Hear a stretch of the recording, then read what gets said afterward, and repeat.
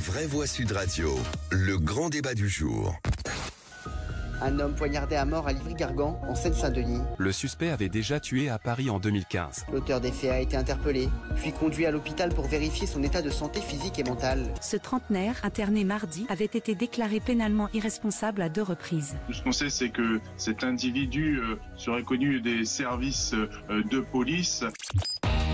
Et donc cet homme de 27 ans qui a mortellement poignardé lundi soir à Livry-Gargan en Seine-Saint-Denis, le suspect donc Soufiane avait déjà commis donc un homicide en 2015 à Paris pour lequel il avait été déclaré pénalement irresponsable et interné en psychiatrie. Son intervention et internement avait été levé après une double expertise psychiatrique concordante. Alors parlons vrai, est-ce que la place de ce personnage qui avait déjà tué était dans la nature? Et à la question, faut-il engager la responsabilité pénale des psychiatres en cas de récidive? Vous dites oui à 91%, vous voulez réagir, le 0826 300 300. Et notre invité Christophe Ehoche-Duval, bonsoir, merci d'être avec nous. Bonsoir. Haut fonctionnaire et auteur du livre Le prix de l'insécurité, enquête sur une défaillance d'État aux éditions Erol. Merci d'avoir accepté notre invitation. Philippe Bilger. Sur cette responsabilité pénale. N'ayant jamais été un enthousiaste absolu de la psychiatrie judiciaire, ayant franchement, lorsque j'étais avocat général aux assises, questionné des experts, certains en tout cas, qui ne brillaient pas par leur pertinence et leur lucidité, je ne veux pas ajouter à cette charge. Et bien sûr, dans l'affaire tragique qui nous occupe, 2 experts, ou peut-être 4 gens, ont confirmé un statut d'irresponsabilité dont il faut rappeler qu'il doit être évidemment concomitant au moment même où le crime est commis. Et donc, à partir du moment où nous avons la certitude, ce qui est le cas dans notre affaire, que la conscience professionnelle et la compétence ont été manifestées d'une manière normale, je ne crois pas qu'on puisse mettre en cause la responsabilité des psychiatres. Ce serait choquant parce que... Pardon, je finis là-dessus. De toute manière, même le plus remarquable des psychiatres ne peut pas prétendre être assuré de sa conclusion totalement scientifique, je veux dire irréfutable. François de Rugy. Oui, moi je pense pas que la question de mettre en cause la responsabilité pénale des psychiatres soit une bonne chose. En revanche, moi ce qui m'a toujours posé problème, c'est ce concept d'irresponsabilité pénale déclaré au nom de l'abolition du discernement par des psychiatres, par la justice, mais à la suite d'expertises psychiatriques, avant un procès. Moi, ça ne me choquerait pas que dans un procès, en ayant tout étudié, tout mis sur la table, tout décortiqué, on finisse par conclure que quelqu'un, à un moment donné, avait une abolition totale du discernement. Ce qui ne veut pas dire d'ailleurs... Pas au moment du crime. Voilà. Ce qui ne veut pas dire qu'il ne devrait pas être condamné, à mon sens. Mais bon, c'est le débat. Et ensuite, il y a un autre sujet, c'est la question de ce qu'on a appelé à une époque les hôpitaux-prisons. Bon, c'est pas forcément une très belle expression, mais ça correspond à une réalité. Il y a aujourd'hui, dans certaines prisons, dans certains établissements pénitentiaires, des quartiers spécialisés pour les gens qui ont des problèmes psychiatriques. Et donc, je pense que ça devrait logiquement nous éviter d'avoir des cas comme celui de Livry-Gargan, qui quand même, disons-le, ne sont pas isolés. Et le problème, pour moi, des dérives psychiatriques diverses et variées dans la criminalité, vraiment dans les crimes, hein, c'est quelque chose qui est réel. Je ne sais pas si vous vous souvenez, il y a quelques années, tout le monde avait beaucoup débattu autour d'une femme qui avait découpé une jeune fille en morceaux à Paris, et on avait dit cette personne était sous obligation de quitter le territoire français, sous OQTF, c'était une Algérienne, elle n'aurait pas dû être en France. Oui, c'est surtout que c'était une personne qui avait des graves troubles psychiatriques, et que si ces troubles avaient été bien détectés et que des mesures avaient été prises de protection de la population, c'est-à-dire y compris l'internement, eh bien, ce crime aurait été évité. Donc vous mettez en cause les psychiatres à ce moment-là. Non, je mets en cause la loi qui, en France, est, à mon sens, de ce point de vue-là, un peu laxiste, sur l'internement des personnes qui ont des problèmes psychiatriques. Nicolas Corato. On est sur le fameux dilemme entre la liberté et la sécurité. Les libertés individuelles font qu'on ne peut pas garder une personne internée dans un hôpital psychiatrique ad vitam aeternam, qu'elle a le droit à un moment ou à un autre de bénéficier d'une contre-expertise, là en l'occurrence si je vous entends de 2, que si ces 2 contre-expertises ont jugé que cette personne avait retrouvé une partie importante de sa capacité à vivre en société, il n'y a pas de raison que ces personnes restent internées, c'est-à-dire privées de liberté. J'entends vos auditeurs, mais si demain tous les experts, tous les maillons de la chaîne pénale voient leur responsabilité pénale potentiellement mise en cause, ils ne libéreront plus personne. Et ils ne libéreront plus les coupables, certes, mais ils ne libéreront plus les innocents, et y compris ceux qui sont redevenus aptes à vivre en société. Donc il faut aussi raison garder. Moi, je suis assez pour l'immunité pénale des intervenants dans la chaîne pénale. Il faut voir aussi le premier fait. C'est-à-dire qu'il est parti chez lui, il a pris un revolver, il est revenu l'abattre. Enfin, c'est pas... Oui, mais encore une fois, le problème du traitement de la psychiatrie, c'est un problème extrêmement sérieux.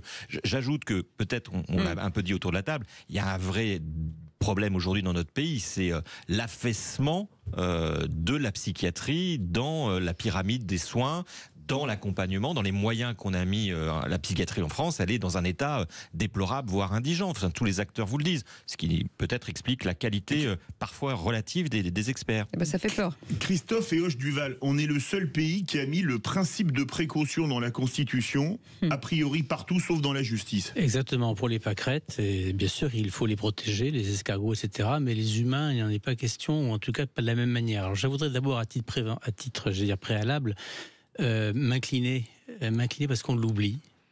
M'incliner d'abord sur la mort de François, 27 ans.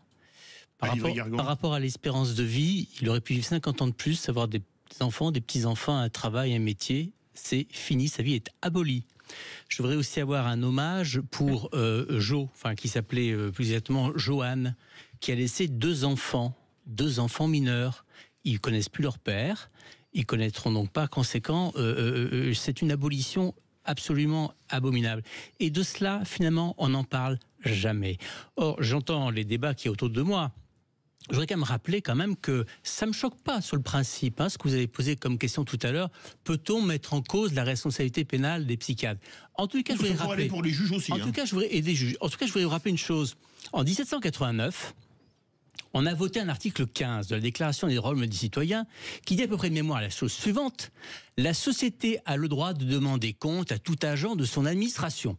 Alors, un juge, un policier, un gendarme, un psychiatre est un agent du service public de la justice, il n'a pas d'immunité. Alors après, n'entrons pas dans le détail, le débat est dans le détail.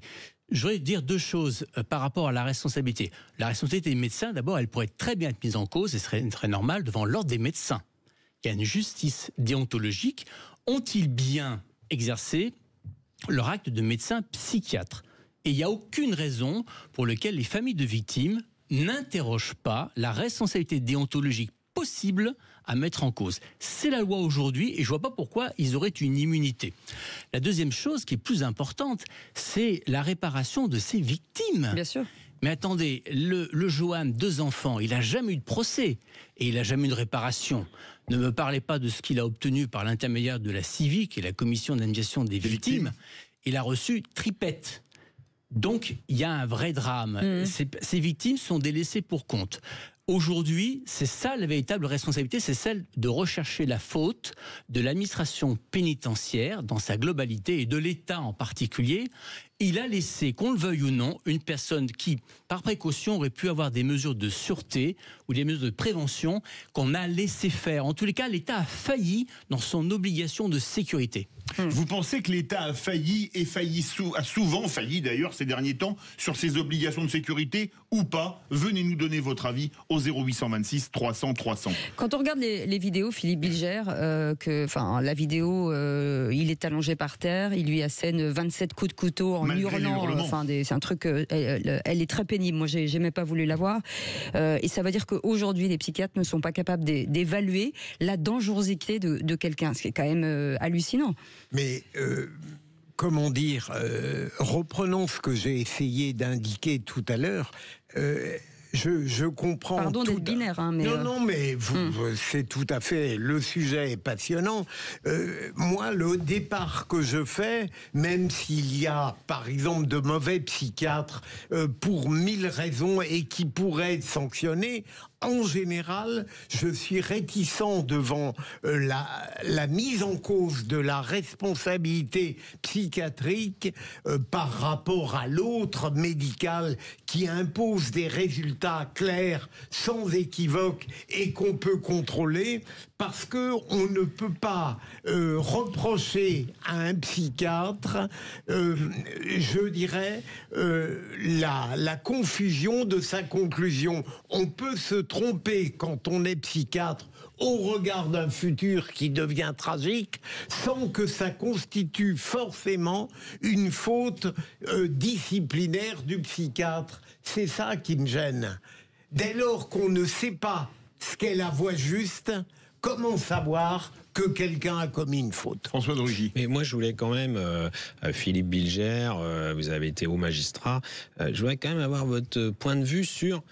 Que penser de cette notion d'abolition du discernement qui est déclarée avant un procès? Encore une fois, moi, c'est ça qui me choque énormément. Et ça a été dit aussi tout à l'heure, on prive les victimes d'un procès, alors que le coupable potentiel, en tout cas la personne qui est mise en cause, est parfaitement identifiée, puisqu'elle est justement expertisée psychiatriquement. Ça, c'est la première chose. Et la deuxième chose, c'est que j'ai quand même l'impression qu'il y a une forme d'excuse de psychiatrie. C'est-à-dire que non seulement il y a cette abolition du discernement, mais en plus, après, on va dire non, mais la personne, on ne va pas l'enfermer dans une prison et on ne va pas non plus l'enfermer dans un hôpital psychiatrique parce qu'il y a quand même aussi une doctrine psychiatrique française qui dit qu'on privilégie le milieu ouvert.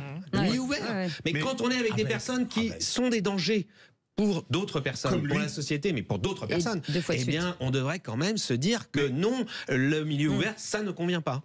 Mais justement, Christophe Eoch Duval, comment expliquer la fiabilité d'une expertise psychiatrique? On va dire, il était pas dans son état normal à l'instant T, mais l'instant T, c'était 1 mois, 2 mois, 6 mois avant. Moi, c'est une question que je me pose. Parce qu'on est avec la personne à l'instant T, mais si elle a commis son crime 3 mois avant, le temps qu'on fasse des expertises psychiatriques, comment peut-on savoir son état à l'heure? Comment peut-on dire qu'il était aboli de tout discernement il y a 1 mois? Ou il y a 1 mois, ou il y a 3 mois. Alors, je rejoins ce qui a été dit précédemment. Il y a la privation d'un procès contradictoire dans lequel tout le monde peut avoir à égalité, on appelle ça l'égalité des armes, monsieur le procureur s'en souvient, où tout le monde peut avoir à présenter des arguments et éventuellement des contre-expertises. C'est ce dont on prive les victimes, d'ailleurs à tous les stades, parce que le droit de l'hospitalisation contrainte prévoit notamment, par exemple, qu'à de très nombreux stades, la loi de 2011 et de 2023 et de 2013 avait prévu notamment que le juge de liberté puisse effectivement intervenir à toute situation pour pouvoir faire des mains levées. Mais je vous signale qu'il n'y a jamais les victimes ou les anciennes victimes qui sont associées à ce débat. Elles apprennent, peut-être par la presse, si encore elles l'apprennent, que peut-être l'auteur de leur malheur est libre ou en tout cas dans des conditions qu'ils ne peuvent pas contrôler. C'est peut-être d'ailleurs ce qui s'est passé dans le cas présent. Si les ayants droit de Joanne avaient peut-être continué à suivre le dossier, à être associés par l'intermédiaire de leur avocat, on n'en serait peut-être pas là aujourd'hui. Je voudrais dire une chose sur les récidivistes qui est extrêmement grave.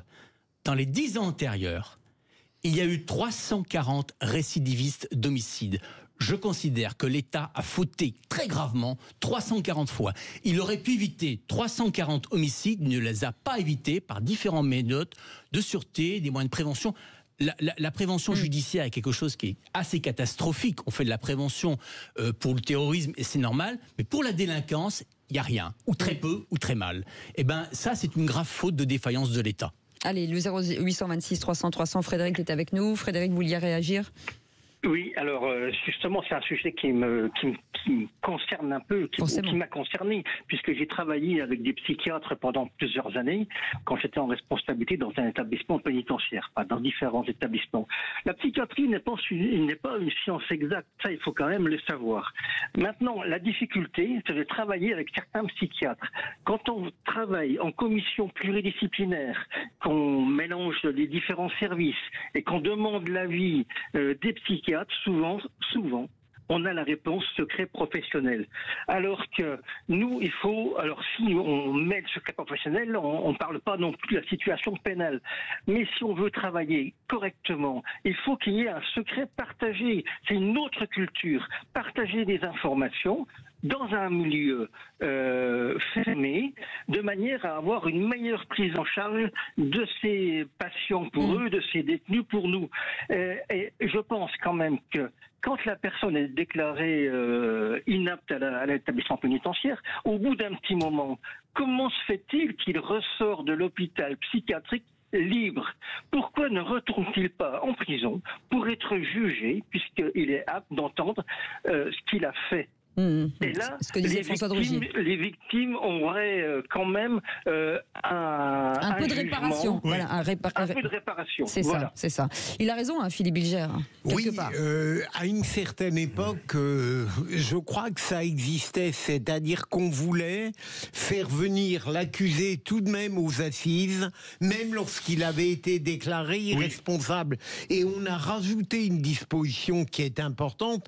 Elle permet notamment de rajouter une question lors de débats en se demandant si l'accusé n'était pas irresponsable.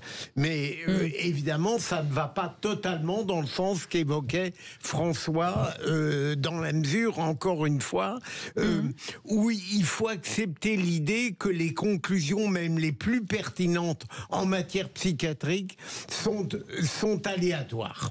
Nicolas Corato. Oui, le sujet est compliqué puisque c'est quasiment anthropologique. Dans notre pays, on a jugé bon, et collectivement, et depuis des décennies, voire des siècles, de ne pas juger les fous. Donc à partir du moment où on ne juge pas les fous, il n'y a pas de victimes. Les gens qui sont assassinés par des fous ne sont pas, au sens du droit, des victimes. Oui, mais il y a fous et fous. Ces personnes ne peuvent pas être déclarées coupables.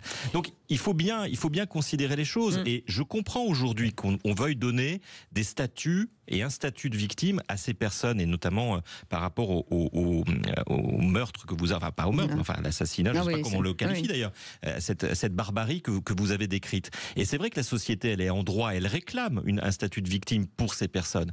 Le droit, actuellement, et de manière profonde, ne leur permet pas de... Moi, je pense qu'on pourrait changer la loi sur ce point. Et quand si j'étais encore député, je le proposerais. J'y avais pensé d'ailleurs quand j'étais encore député dans le précédent mandat, suite à l'affaire de Mireille Knoll, puisque la personne avait été déclarée. Oui, voilà. Mais je veux dire, il y a eu des sujets sur lesquels on a débattu longtemps, puis on a fini par évoluer. C'est la prescription. Vous savez, dans le droit français, pendant très longtemps, on disait bon, voilà, il y a des règles de prescription avec des temps de prescription qui sont assez courts. Et puis un jour, on a changé cette loi. Le mot de la fin avec vous. Bien sûr, la victime n'a pas droit à son procès pénal et il n'y a pas de responsabilité pénale. Mais la personne qui est déclarée dont le consentement est aboli n'abolit pas pour autant sa responsabilité civile. D'une part, il ne faut pas oublier quand même, la victime reste quand même une partie civile et il y aurait beaucoup à en parler, je suis désolé, le temps le manque. Et deuxièmement, il y a la responsabilité, encore une fois, je reviens, de l'État. C'est-à-dire que l'État a une tutelle quelque part sur ces personnes. Elle était, je ne connais pas exactement son statut, peut-être elle était en soins de jour, peut-être elle était en hospitalisation de jour, en tous les cas elle n'était pas déliée de son lien avec le CHR dont elle dépendait, et par conséquent une responsabilité se pose. Or aujourd'hui c'est un parcours du combattant, c'est des procédures à n'en plus finir pour faire reconnaître une responsabilité de l'État. C'est absolument anormal, je me mets à la place des victimes, c'est 2 fois la mort de Joanne, 2 fois la mort de François. Merci beaucoup. Merci Christophe Héauche-Duval, haut fonctionnaire et auteur du livre Le prix de l'insécurité, enquête sur une défaillance de l'État, aux éditions Erol. Vous restez avec nous, Frédéric, vous restez là. Dans un instant, le qui c'est qui l'a dit, on va se détendre un tout petit peu. À tout de suite. Sud Radio, votre attention est notre plus belle récompense. Ce message est un message de remerciement pour les bonnes ondes, au sens propre, au sens figuré, que vous procurez à tous vos auditeurs chaque jour. Merci. Sud Radio, parlons vrai. Chez Point S, on va plus loin.